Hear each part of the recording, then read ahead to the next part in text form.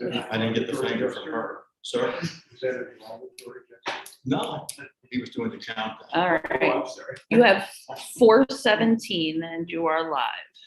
All right, welcome one and all to the regularly scheduled meeting of the Albert S. Nader Regional Airport Commission meeting. Clerk, please call the roll. Chair May, Here. Vice Chair Nissen, Commissioner Grummons, Commissioner Cammerby, Here. Commissioner Shields. Here. You have a quorum. Right.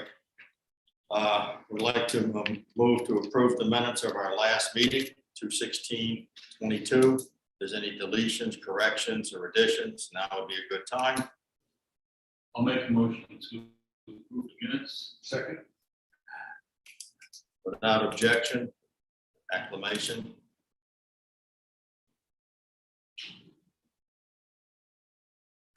Any correspondence? There is none.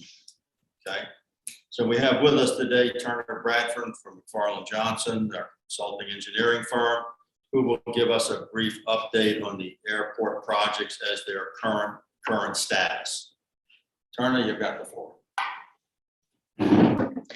There are two ongoing projects at the airport. One is the relocation of the fuel farm. We have relocated the fuel farm from its previously bid location to basically where the flagpole is now, for lack of a better description.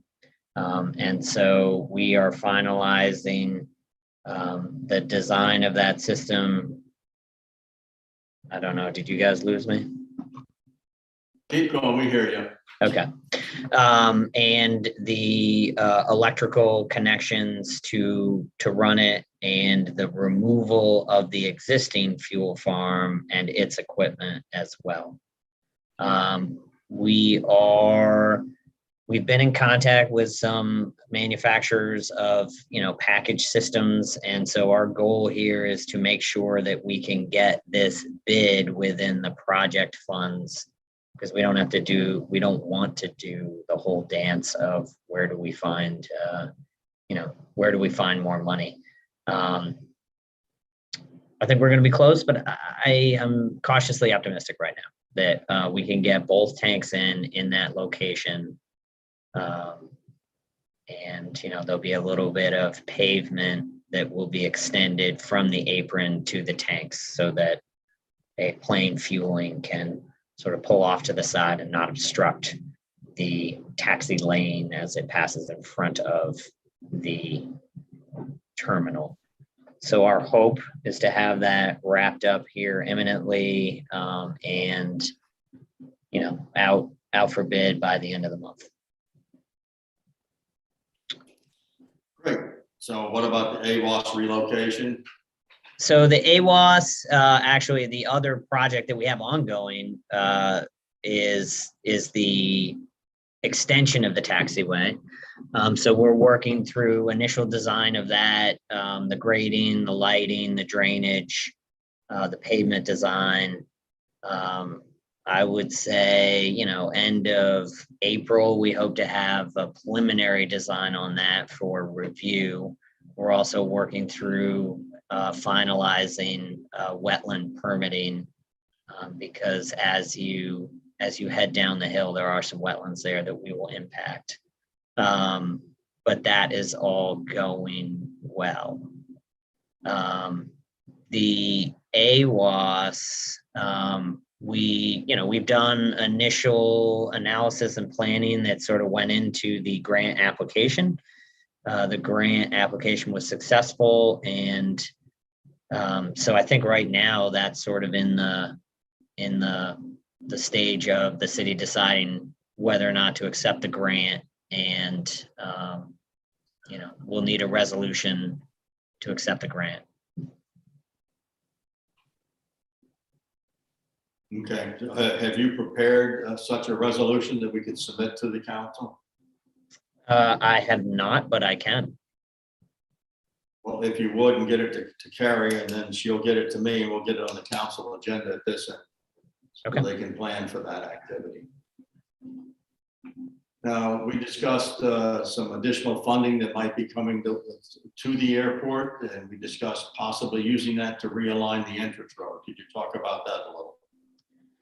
So the bipartisan infrastructure law, so the infrastructure bill that was passed by Congress has allocated funds to the FAA, and the FAA has in turn allocated funds out to airports. And let me just pull up this so I don't get this wrong. So Oneonta will be receiving $159,000 per year for 4 years. And so let me do my math. A total of $636,000. The way the grant program is going to work is that that essentially you can think of it like AIP entitlement funds. So that money is accrued and sitting for your use. It has a local match. So it's 90% FAA funds. We're assuming that it's going to be 5% state and then 5% city. We do not have a commitment on paper from the state to make that 5% match, but we're feeling pretty confident about it. So that's how we're proceeding, planning this money. The rules are that you can use the money at any time in the next 5 years. However, you can only be reimbursed the $159,000 per year. So if you were to use, say, $636 in 2022, you would be reimbursed $159,000 for 4 years. Alternatively, you can accrue the money for 4 years and use it in year 5, without having to front anything. If you wait 6 years, it goes away and will be reappropriated by the FAA. So looking at that, what we did was we said, and I guess here's the other thing about this money is because it is assigned to Oneonta for your use. What we're advising airports to do is use it on what the FAA considers low priority projects. So things that the FAA would not normally fund is a good use for this money because, you have it. So that entrance road has a really low national priority ranking NPR score. It's a 43. Usually the cutoff for FAA funding is somewhere between 60 and 70. So on a normal year, the FAA is just not going to fund that project. It's too low priority for them. But if you accrue this funds, you can use it to do that. So that's what we looked at and thought was a good idea. So we need to submit to the FAA an updated capital improvement plan showing how we intend to use those funds. It is not a firm commitment. We can change how we intend to use them. Mostly they want to know, do you plan on using it in 2022?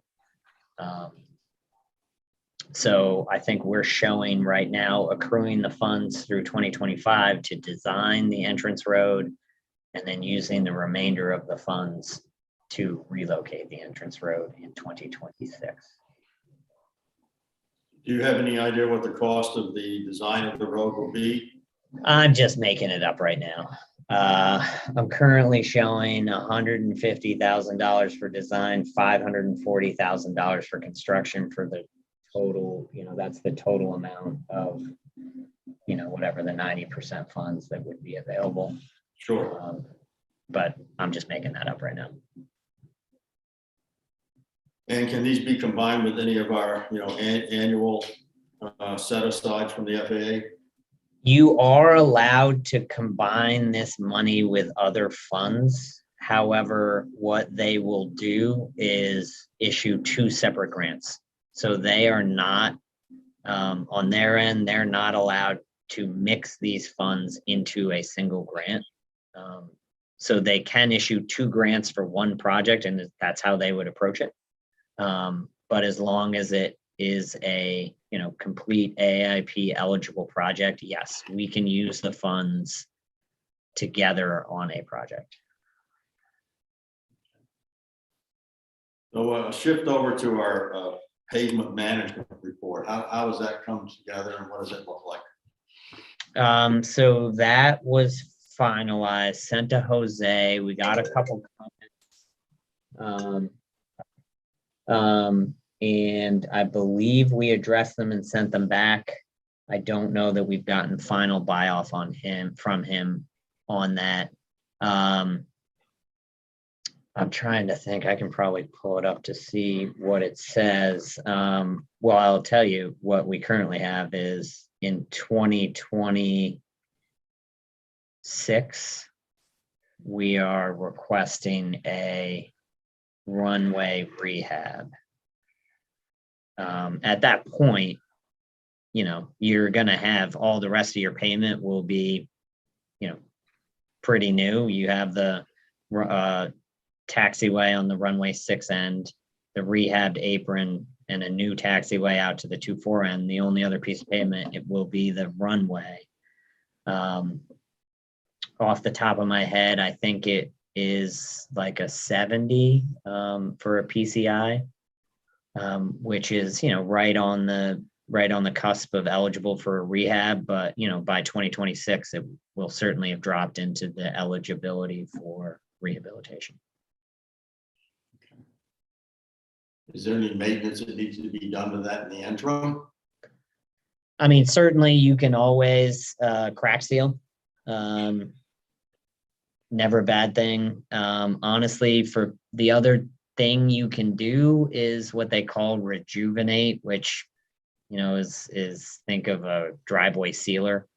It's basically applying the oil back to the asphalt. For pavement as old as yours at this point, I honestly don't really recommend a rejuvenation. It's a little bit of throwing a deck chair off the Titanic. But crack sealing is never a bad idea. And then, really the only other thing to do is painting. And I don't recall offhand what your guys' markings look like. What kind of shape they're in. But those are really the two big items. Wanting. Okay.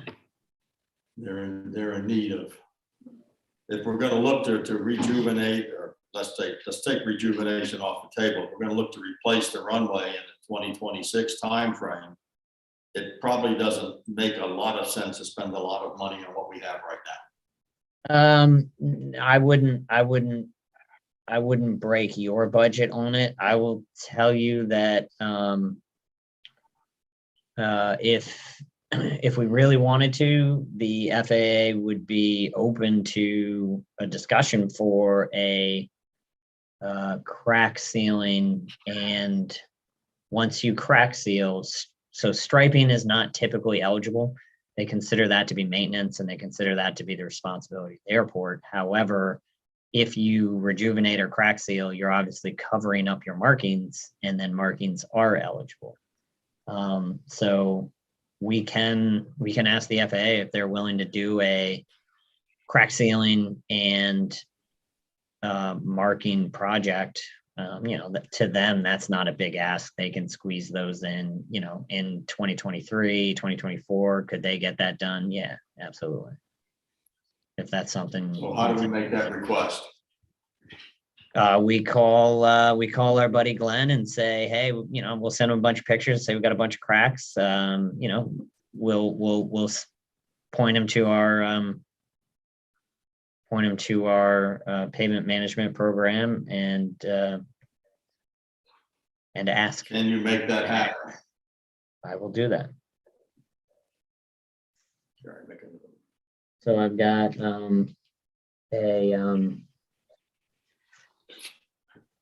an AWOS resolution and a crack seal request.